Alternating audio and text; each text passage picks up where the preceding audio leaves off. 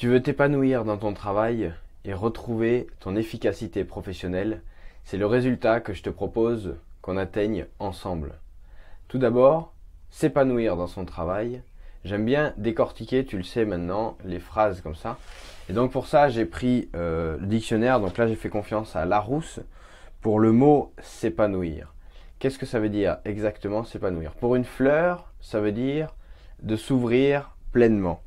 Et pour quelqu'un, donc s'épanouir, c'est être bien, se sentir bien, physiquement, affectivement et intellectuellement.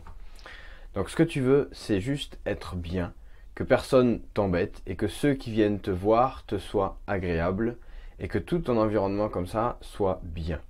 Et c'est ce qu'on va voir ensemble parce que peut-être qu'aujourd'hui, tu as du mal à aller à ton travail. Peut-être qu'aujourd'hui, dans ta journée de travail, il y a des moments où tu n'as plus très envie, où tu te sens un peu frustré ou alors tes supérieurs ne reconnaissent pas vraiment ton travail, etc. Et à propos de ça, il y a aussi des études, de nombreuses études qui montrent que finalement, dans l'ensemble, le français est à peu près satisfait dans son travail quand on n'interroge que des Français. Par contre, quand on interroge à l'international, on arrive très loin derrière d'autres pays. Et dans l'ensemble, ce qu'on recherche, c'est assez simple. Et j'ai listé ça, j'ai une infographie là ici aussi que je vais commenter avec toi, qui est assez intéressante et significative. Je vais les prendre du plus petit au plus grand. Donc qu'est-ce qui te rend heureux au travail? La plus petite chose qui te rend heureux au travail, c'est le sentiment d'être utile en société. Ça veut dire que si tu sens que ton travail ajoute quelque chose, ajoute de la valeur aux autres, ajoute de la valeur dans un groupe, ajoute de la valeur à la société, au système complet, ça te rend heureux. Les relations avec tes collègues, tes relations entre collègues te rendent heureux au travail. Et c'est vrai, on le sait bien, quand on a quelqu'un avec qui on n'a pas envie de bosser, forcément, on va au travail à reculons. Les conditions de travail, le lieu, l'horaire, l'avantage, donc ça arrive encore, on remonte, on va du ce qui te rend le plus heureux. Donc c'est une étude de l'année dernière. Et le lieu, les conditions de travail, effectivement, c'est un élément également déterminant. Si tu commences trop tôt et que c'est pas justifié, en fait, c'est juste qu'il te faut une raison, une bonne raison aux choses. L'être humain fonctionne comme ça, il te faut une bonne raison de faire quelque chose. Donc si tu estimes que tu commences trop tôt et que c'est pas nécessaire, tu râles et ça te met pas dans de bonnes conditions. Alors que si c'est expliqué, un boulanger qui commencerait sa journée à midi, ça marche pas. Tu vois, ça va pas. Un restaurateur qui ouvrirait son restaurant à 15 heures, sauf s'il est en Espagne et encore, ça marcherait pas. Tu vois, il y a des choses comme ça où les horaires sont justifiés. Quand il n'y a pas d'horaire justifié, c'est frustrant et du coup, ça rentre pas dans cette case-là.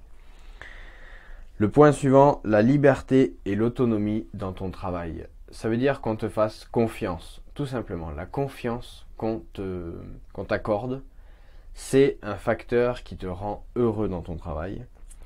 Et le plus haut point, c'est la passion et l'intérêt pour ton métier. Et on va se focaliser un peu plus sur ce point-là. Quel intérêt tu portes au métier que tu fais vraiment? Est-ce que tu fais un métier parce qu'il faut bien? Est-ce que tu fais ce que tu fais dans ton travail parce que c'est obligatoire, parce que il faut bien ramener un revenu, parce que voilà, pour tout un tas de mauvaises raisons entre guillemets. Maintenant, si tu renverses ça et que tu essayes, alors je pense que si tu es là et si tu regardes cette vidéo, qu'on passe ce moment ensemble, c'est que tu fais quand même un travail qui te plaît un petit peu. Donc, on va se focaliser là-dessus. Et moi, je voudrais te lancer un défi simple, d'essayer ce qu'on va voir ensemble. Parce que il n'y a que l'action, de toute façon, qui te permettra de grandir. Il n'y a que l'action qui te permettra d'aller de l'avant. Et de toute façon, si tu es déjà dans cette démarche de recherche, si on passe ce moment ensemble, c'est que tu as envie de changer quelque chose. Tu as envie de changer, de t'épanouir plus dans ton travail, donc ça c'était le thème, d'être plus efficace professionnellement, ça c'est l'autre thème aussi, mais tu as envie de faire ça, tu es dans la bonne démarche, tu prends le temps de te former et ça c'est déjà très bien. On va passer maintenant à ce qu'on va faire pour obtenir ce qui est présenté dans cette vidéo et donc tu vas créer une liste d'actions d'hier. Tout ce que tu as fait dans ta journée d'hier, tu vas l'inscrire sur une feuille. Hier, c'était peut-être pas la journée significative, mais on va vraiment se focaliser sur cette journée-là. Après, tu pourras tout simplement refaire cet exercice-là dans une semaine, dans 2 semaines, reprendre tout ce qu'on a vu ici et refaire ça avec la même journée d'hier, mais c'est important parce que hier c'est frais et hier c'est une journée bouclée. Donc ce qu'on va faire là, ça va te prendre à peu près entre 15 et 30 minutes, il faudra voir vraiment, mais il faut vraiment que tu le fasses, c'est important, tu es en train d'investir du temps sur ce qu'on fait ensemble, donc il faut vraiment faire ça. Tu vas écrire tout simplement tout ce que tu as fait dans la journée d'hier, des actions les plus insignifiantes aux plus importantes. Uniquement les faits, ce que tu as fait réellement.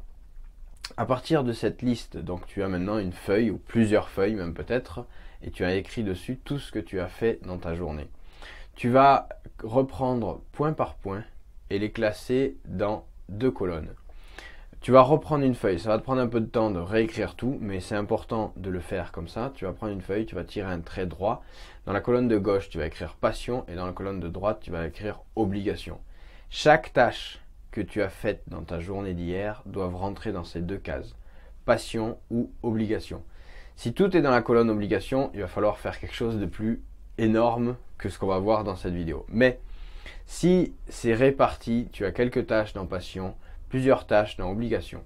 On va se focaliser maintenant dans tout ce qui est dans obligation, parce que tout ce qui est dans passion, tu n'as pas besoin de moi pour faire ces tâches-là.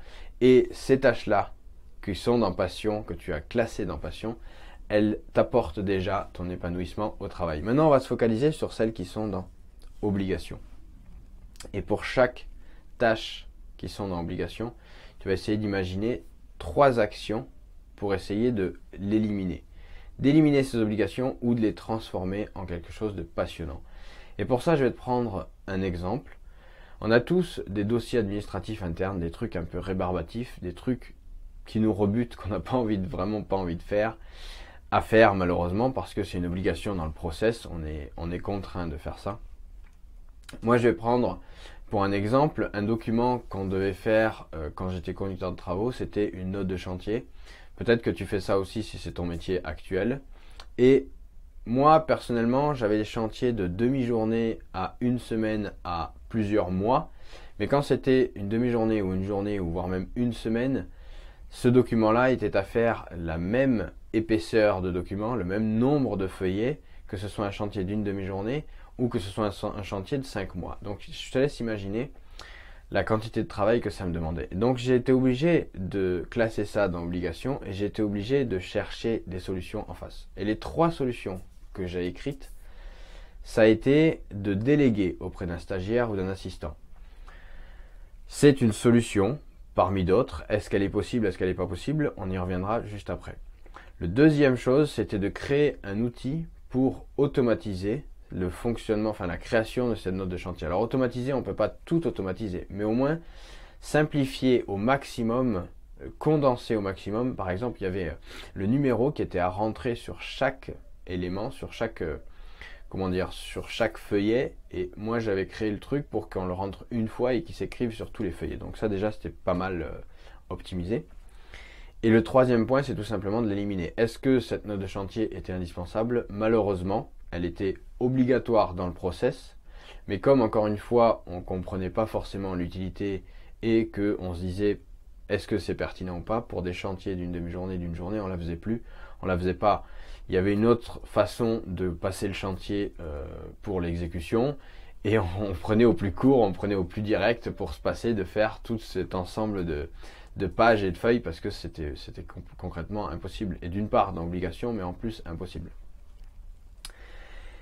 Et la dernière chose à faire, une fois que tu as pris dans obligation chacune des tâches, que tu as par rapport à chacune des tâches créé 3 actions, 3 idées. Tu imagines tout simplement, tu imagines 3 choses qui te permettraient de ne plus avoir à faire ça ou de le transformer en passion. Et tu vas expérimenter. Tu vas prendre chacune des actions que tu as mises et tu l'essayes. Tu l'essayes. Pour reprendre l'exemple, moi, délégué auprès d'un stagiaire ou d'un assistant, j'ai eu des stagiaires, j'ai eu des assistants à un moment. Ça a fonctionné pendant le temps où ils étaient là, mais malheureusement, j'avais pas la maîtrise de les avoir tout le temps. Donc c'était temporaire, ça marchait pas forcément tout le temps. Créer un outil pour l'automatiser, c'est ce que j'ai fait, c'est ce qui a duré le plus longtemps. Donc cette action-là a duré dans le temps. Donc tu vois, c'est une des 3 actions que j'avais mises. Et enfin, l'éliminer. Malheureusement, c'est ce que je faisais aussi, mais c'était pas ce qu'on faisait de mieux puisque ce document restait obligatoire. Je te laisse reprendre ça. Une fois que tu as passé ça et que tu as atteint, tu vois, ça fait un peu de travail quand même, mais ça te permet d'avancer et de chercher à éliminer tout ce qui est dans les obligations ou de le transformer en travail qui te passionne. Et ne serait-ce qu'avec ça, si je te le dis là comme ça maintenant, si tu arrives pour chacune des choses qui sont arrivées dans l'obligation au bout d'une des 3 actions que tu as imaginées, est-ce que tu ne seras pas plus épanoui dans ton travail? Je te laisse avec ça. Essaye vraiment de faire ça. Il faut vraiment que tu profites de ce qu'on a vu là tout de suite pour arriver au résultat que tu veux.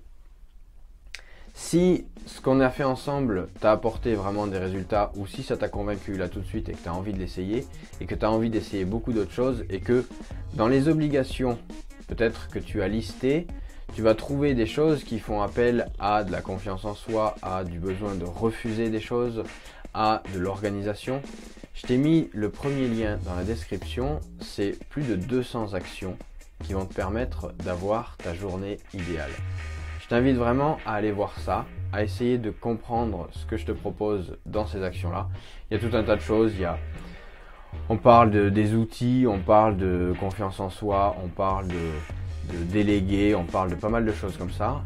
Et vraiment, je pense que ça peut t'aider. Je te laisse aller découvrir ça, c'est le premier lien dans la description. Et je te rappelle également que chaque matin, tu as plus de 15 heures devant toi. Choisis tes priorités.